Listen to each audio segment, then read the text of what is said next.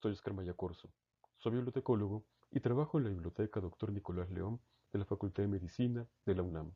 Colaboro en proyectos académicos del Departamento de Historia y Filosofía de la Medicina en la facultad. En esta sesión, identificarán las obras de medicina que fueron impresas en la Nueva España en el siglo XVI.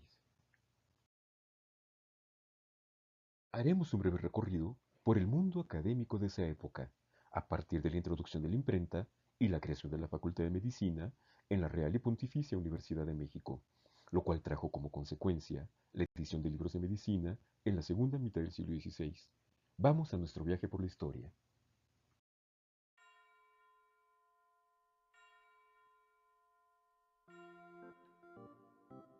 Para conocer cómo se editan los libros que veremos a continuación, es necesario recordar, muy rápido, el mundo en el cual vivieron esos médicos.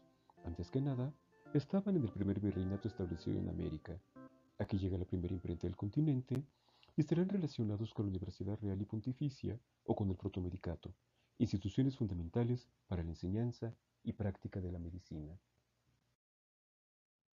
La imprenta se establece en México bajo circunstancias no previstas como terminaron sucediendo.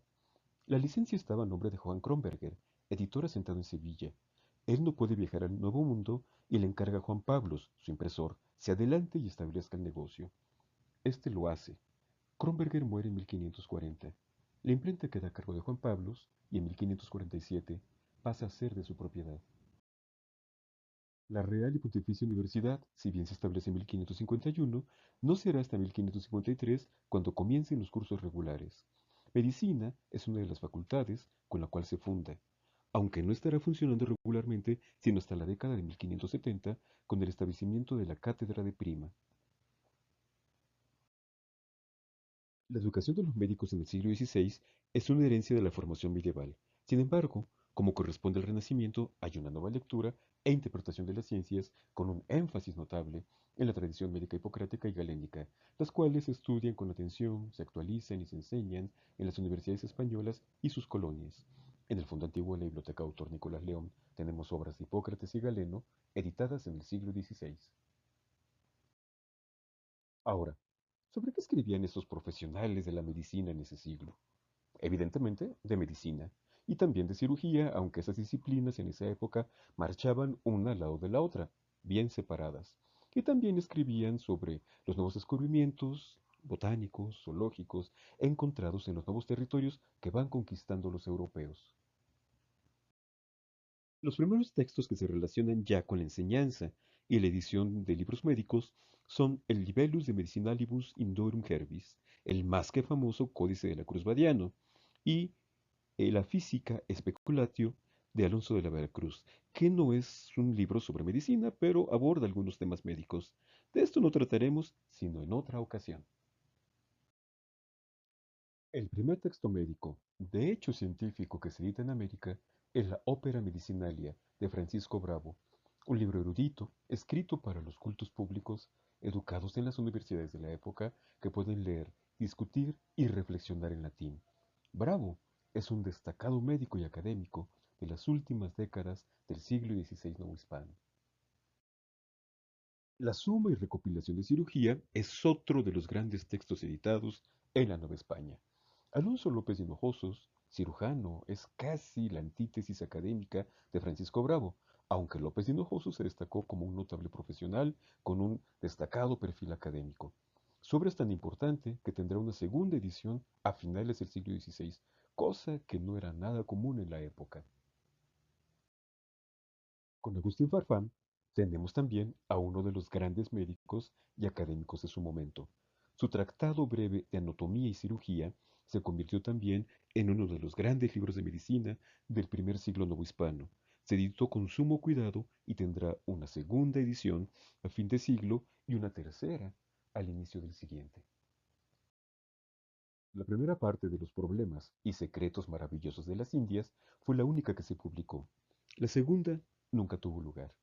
Este libro de Juan de Cárdenas es el vivo ejemplo de los intereses que tienen los médicos y cirujanos también acerca de la naturaleza. No son pocas las obras de este tipo que se escriben o preparan por esos años. Ambras Paré lo hace y Francisco Hernández también. De ellos también tenemos obras originales en la biblioteca. Tenemos una vez más a Agustín Farfán, con su Tratado Breve de Medicina y de todas las enfermedades, en el cual recupera y añade mejoras a la edición de 1579. De este tratado también tenemos un ejemplar original, pero en la edición de 1610. Cabe señalar que en la edición de todas estas obras participaron los mejores impresores que había en el virreinato. Y cerramos las ediciones novohispanas con el Tesoro de Medicinas para diversas enfermedades del venerable Gregorio López, el cual, si bien fue escrito en el siglo XVI, no vio la imprenta hasta un siglo después. Esta obra estaba destinada a servir como texto para atender las urgencias médicas allí donde no había médicos ni hospitales.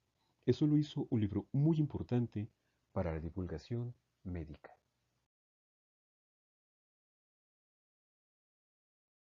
El libro del ejercicio corporal y sus provechos no fue impreso en México, pero su autor vivió casi 20 años en la Nueva España.